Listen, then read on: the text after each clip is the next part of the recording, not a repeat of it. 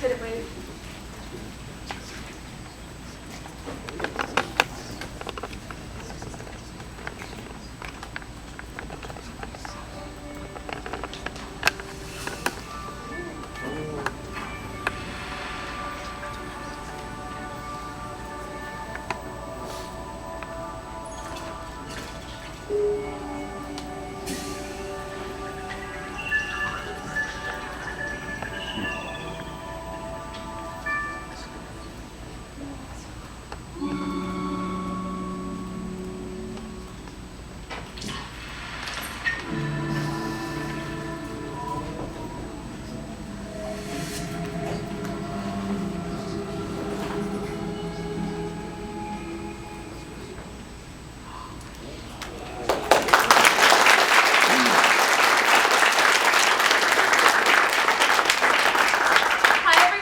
My name is Leia Fournier, and I'm the project lead at Sunpress Games.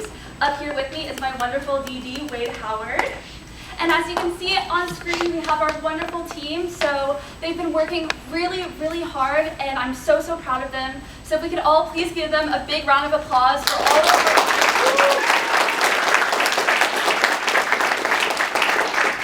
And we are so excited to show you all our vertical slice for our game, Regradable. So, Regradable is a game where you play as a robot on a mission to plant the last living seed in a city taken over by technology. What you just saw was our opening cinematic where the main character, Eli, comes to life after being discarded as a worker robot in a scrapyard where the last living tree of life lives. As the tree of life dies, it plants its last seed into the shell of this robot, giving it powers in growing these vine arms that Eli will use to traverse throughout the city to find a safe place to plant this seed. So, what is Regradable? Regradable is a 3D action platformer. It is a single-player game, and it is built to be played on PC. Now, at Sunpress Games, throughout all of our development, our biggest goal has been to make a high-quality game. So what do we mean by that? Sunpress, we got to that name as coming up together, deciding that we wanted to make a game where we really worked to squeeze out all the juice that we could. We've been working towards making a game that puts quality over quantity, and I'll get into that later when I talk about our future plans. The main player experience that is our goal for Regradable is that we want the player to feel like they have to always keep moving to survive. All right, so let's go into our mechanics. The first thing that players can do in Regradable is they can use the vine to pull towards an enemy or other objects in the environment. Then we have an orbit where players can choose which direction that they're going in and navigate themselves as they pull towards an enemy or another object in the environment. Next, we have the vine swing. This has been the biggest technological challenge for our team. Almost everybody on the team has touched the vine swing. We've actually reached out to past FIEA alumni who worked on similar Capstone games with a similar mechanic, as well as ones in industry who worked on shipped games such as Spider-Man 2. And they were really gracious and generous with their time, giving us feedback and support for how to navigate this. So big shout out to them for helping us. Next, there are enemies that you will encounter when playing the game. The first are these flying enemies that shoot bullets at you, and you can parry and counter these bullets. So a successful parry shows up as that green circle, or an unsuccessful will be the red X. And there's the same thing for grounded enemies as well. You can counter them, and it'll either be successful or unsuccessful. Now for our meter systems. At the top in the green, we have the seed health. Then we have the player's shield. Then we have the speedometer. And at the bottom in the blue, you'll see we have a CO2 meter. So So this is to go back to our main goal of making the player feel like they have to keep moving. So when you successfully parry and counter an enemy, you build up meter, and this allows you to jump higher and run faster. And for the seed health, the only way that you can regenerate your seed health in the game is going through sunspots, which you'll see later in our demo, which are only in traversal areas in between zones. Next thing that you'll see throughout our demo are these clouds of smog. This goes into our narrative where at this point in time in this futuristic city, it is unlivable for humans because there is this smog that is polluting the environment. And this smog going through it will damage the player's shield. Now, our last status update in January, we committed to making one opening cinematic. We committed to having a visual standard of a small portion of a level with our art target that we want to reach for our game. And we committed to having one fully white box playable level. And I'm proud to say that we met all of these goals. And the cinematic that you saw earlier was our goal for the cinematic. Now, here is the model that we have in Engine for Eli. It took us 53 hours to go through the entire art pipeline to put him in Engine. But after our art style guide update 2 weeks ago, we decided to take some feedback and redesign Eli. So here's the new design that we have. And if you might have already noticed, but we have a different head shape for the character. This way we can make him a lot more likable and show more expressions, which is something we're going to experiment with in animations and future cinematics. As well as you might have seen in the cinematic, Eli takes a robot leg from another robot, so we worked on making the right leg a lot more distinguishable, that it's from a totally different robot. We made the vine arms a lot thinner and less big, and we added more greenery around the player character. And then we also made him a lot more slender to support how agile he is. And we predict that going through the rest of the pipeline with a new model that is being built as a proxy model this week will take us about 50 hours. And then here's some art as well that we have made to show different ways that we're thinking of showing expressions and different emotions for Eli, especially since he is so curious. And if you're wondering how we got to the name Eli, if you see the number 173 on the character, when he looks down, upside down, it's Eli.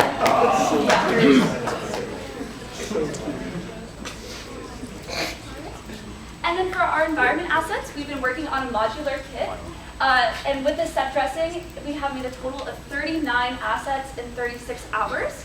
We also have 3 contractors who've been helping us with materials and working on set dressing assets. For our gameplay animations, we have 19 animations. In this video, you can see the animations that are in Engine so far using our state machine, as well as other ones that have yet to make it in Engine. We have spent 22 hours on gameplay animations. For our cinematic, it took us 133 hours to get it done. We're hoping that for the next one we're working on, which will be the ending cinematic, will take us less time as we did a lot of learning and we found out what pipelines work best, and we improved our communication as well as a team to make a cinematic in a very efficient way. All right, so next I'm going to be showing a video of our visual standard, and this will show the art target that we are aiming towards for all of the levels in our game.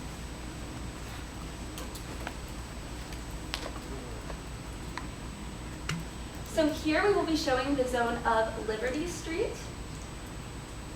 And a big part of our art style is that we will be using a lot of neon signage to really lean into that futuristic aesthetic. And you might have noticed as well, we've added a dither shader onto our visuals. This way it can make a lot of our assets and textures more cohesive together.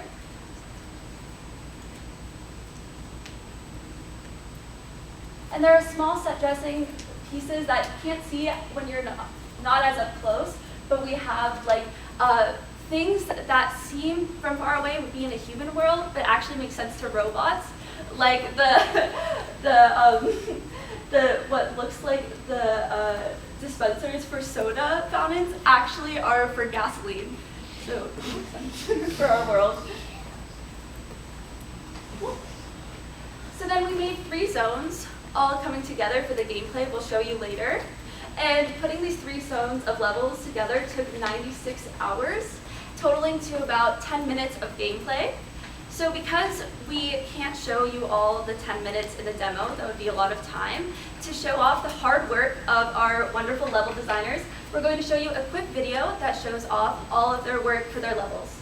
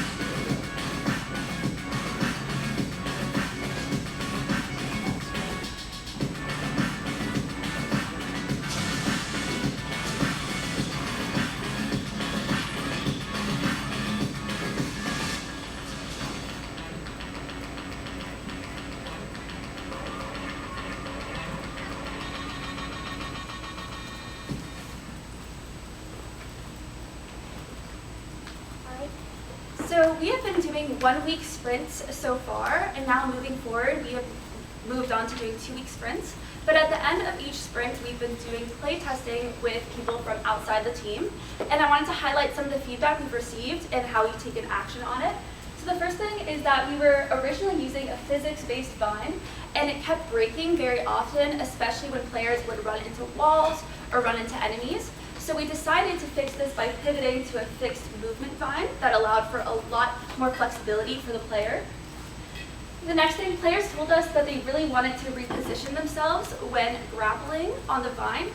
So the first thing we tested was a slide mechanic, but this only really worked when players were close to the ground and on the ground.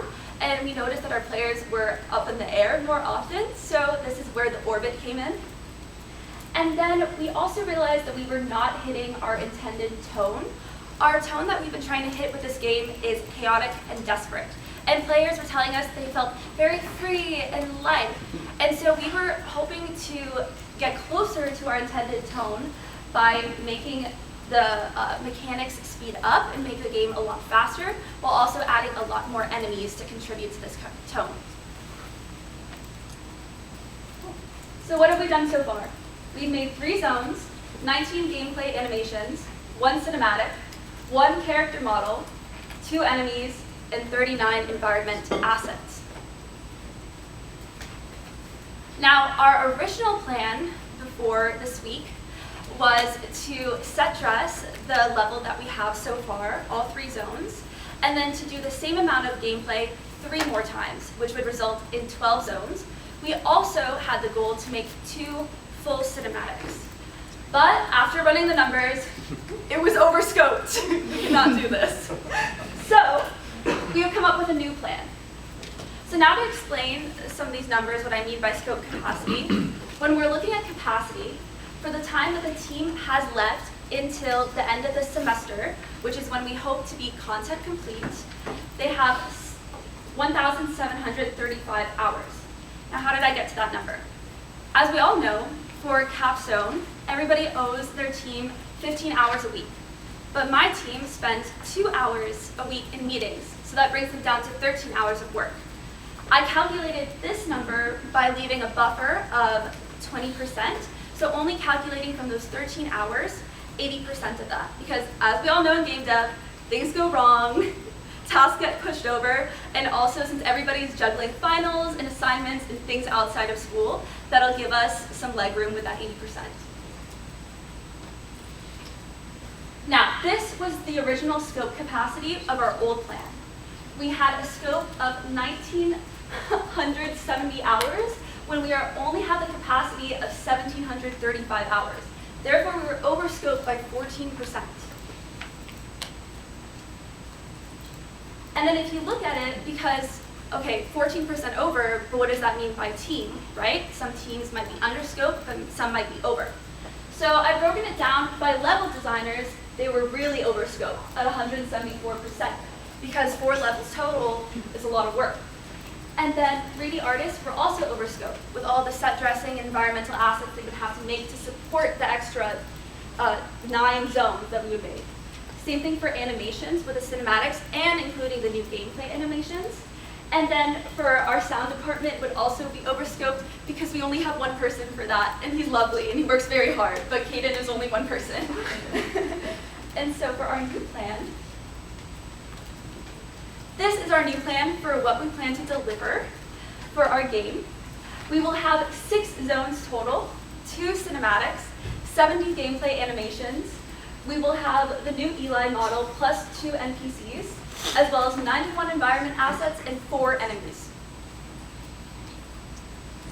Now looking at the scope cap, that's a way better number, 85% of our capacity. Especially it will bring the scope down with this plan to 1,478 hours. So now looking at it, everybody's under 100%. We can see that the level designers are almost at full capacity, so this is something we will definitely have to watch out for. Same thing for art and animation, for 3D art and animation, but this is something we will continue to keep our eye on, and we might have to pivot as we go. We'll see in future updates. So then to break down our milestone schedule for this new plan, we've really decided to put, as I said at the beginning of the presentation, quality over quantity. So a new development plan for us is that we have been trying to ideate on magic moments, finding small moments in each zone that'll make the game a lot more memorable, and that will also find ways to shake up the pacing in the game. So for the end of March, we would like all 6 zones to be fully blocked out, and we will be working on a new modular kit for these top zones. And why we're doing the zones 5 and 6 first is because we're hoping to use that modular kit in the ending cinematic. Same thing, we'll be implementing more VFX and UI as well, which we have been ideating on this week on creating a lot better UI that's easier to read and understand, and we've brought on a contractor to help us with that as well. We are hoping to be fully done with the redesign of the player character and the redesigns of the 2 enemies, knowing what we're going to be building with those. Same thing, we'll have 2 NPCs done, and we are going to be done concepting what these 3 magic moments are. And we'll have a final cinematic block out, and we are going to continue focus group testing at the end of each sprint, so every 2 weeks, and we are also going to keep QA testing internally. By the end of April, we want all 6 zones to be complete. Zones 3 and 4, the modular kits will be complete. We'll do a final pass of our music and an animation final pass, and we will finalize what these 3 magic moments are and have them implemented. We will also have our cinematic done, and then we'll have the 2 new enemies in engine and continue our focus group testing. And why we're trying to be content complete by the end of the semester is so that we can have extra time to add polish and really juice out our game before heading into alpha. So what will we be polishing? We'll be polishing our cinematics, the magic moments, animations, VFX, environment art, SFX music, and continue our focus group testing to see if we actually hit our intended tone and theme and player experience. Cool. So our intended alpha date is July 1st. All right. And we're going to go into a demo. So if my design lead, John Correa, can come up, please. Everybody give him a hand.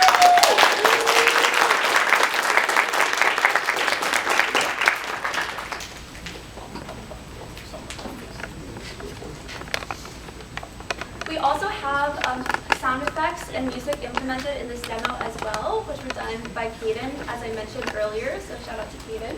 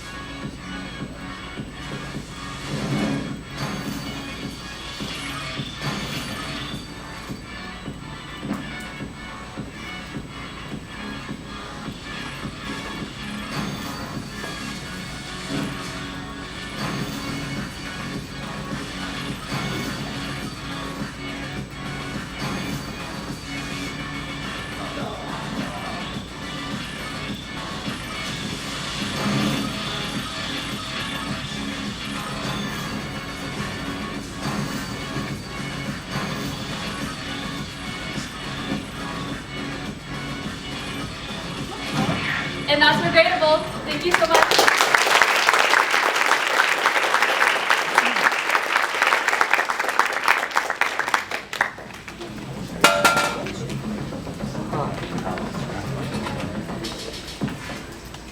All right, we got 6 minutes.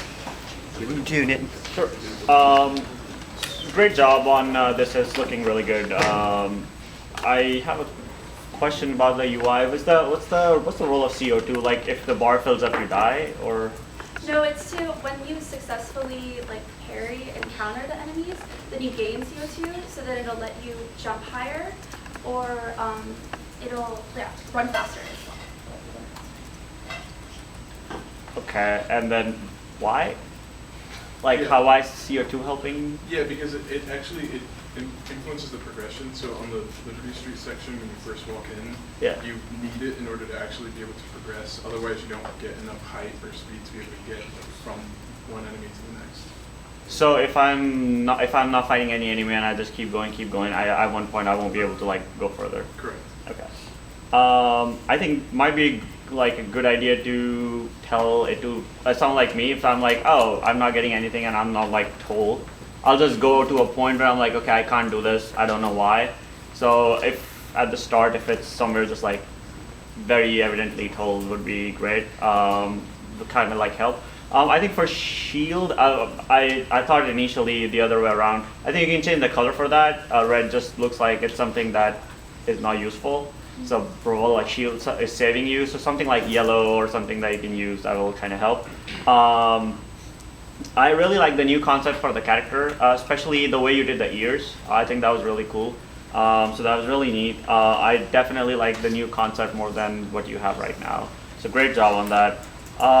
I don't like how when it's falling, the hands are up, or it's trying to grapple and the hands are up. Generally, when you're trying to push yourself up, your hands go down. Or even if you're falling down, you brace yourself with forward hands rather than up.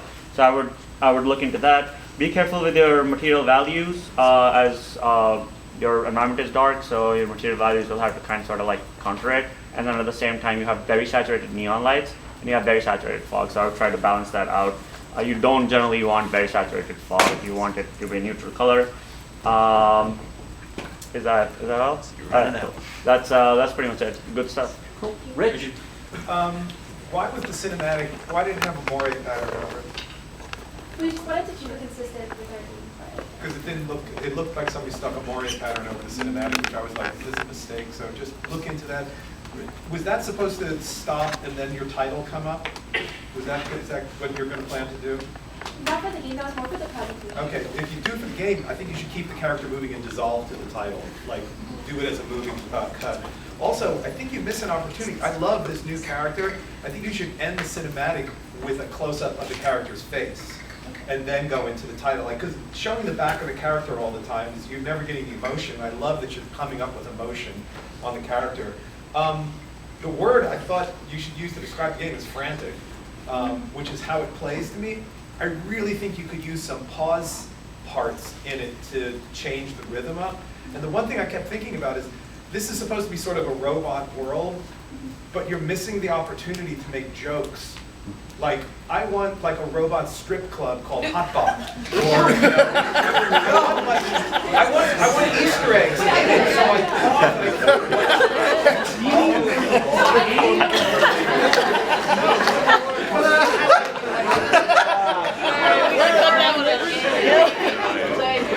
Yeah, we're putting that in.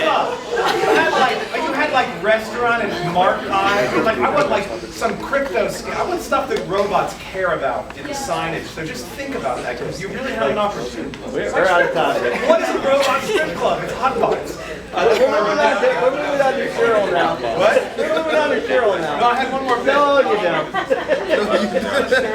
No, those are good. Hot bots, keep that. I'm going to add more to that moire pattern. That whole visual filter is very distracting to me, both in the cinematic and in the gameplay. It seems like it's more distracting when it's lighter because it's dark. So my suggestion would be maybe to lessen the effect in the center field of view where the person is looking, so that it's not as distracting. Because at times I was like, ooh, it's so pretty, and I'm looking off at the pattern and not even focusing on where I'm going. So also the smog clouds to me don't really feel like smog. It just is a darkened vignette.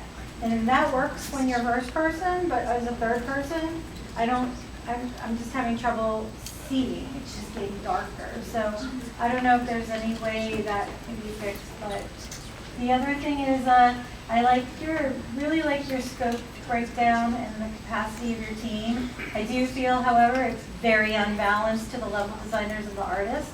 So I would re-look at that because they're both in the 90%. Everybody else is like hanging out at 40, 60%.